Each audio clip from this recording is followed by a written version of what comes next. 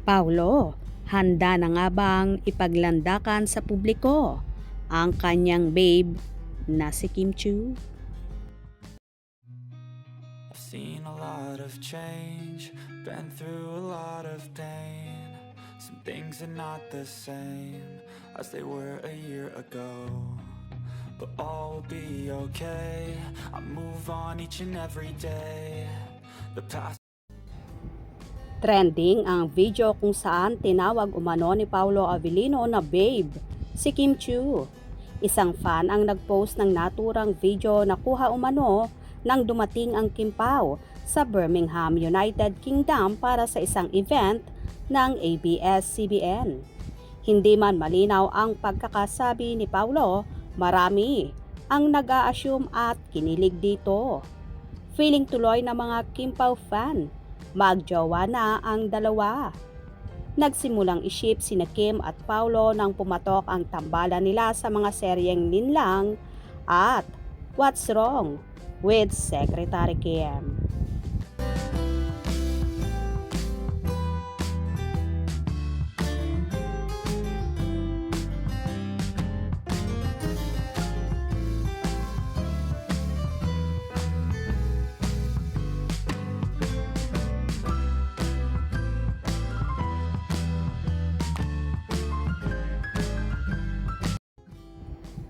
Tila inililihim pa talaga ng Kim Pao ang kanilang relasyon kaya ayaw pang lumantad. Sa bagay, hayaan na muna natin silang i-enjoy kung anong meron sila ngayon. Ang mahalaga at importante ay happy sila at contented sa isa't isa. Malimit din silang nakikita na magkasama sa iisang gym para mag-exercise at ganun din sa pagja-jogging na pareho nilang love na love. Anyway, kung totoo man na magjowa na ang Kim Pao, for sure pinakamaligaya ngayon ang kanilang supporters na matagal na nilang inaasam-asam na magkatuluyan sina Kim at Paulo.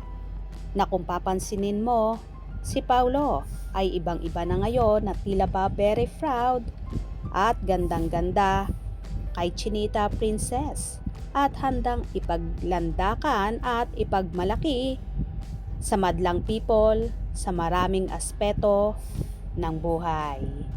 Nakita na nga ba ni Paulo kay Kimi ang katangian na hinahanap niya sa isang babae na panghabang buhay niyang mamahalin at kakasamahin?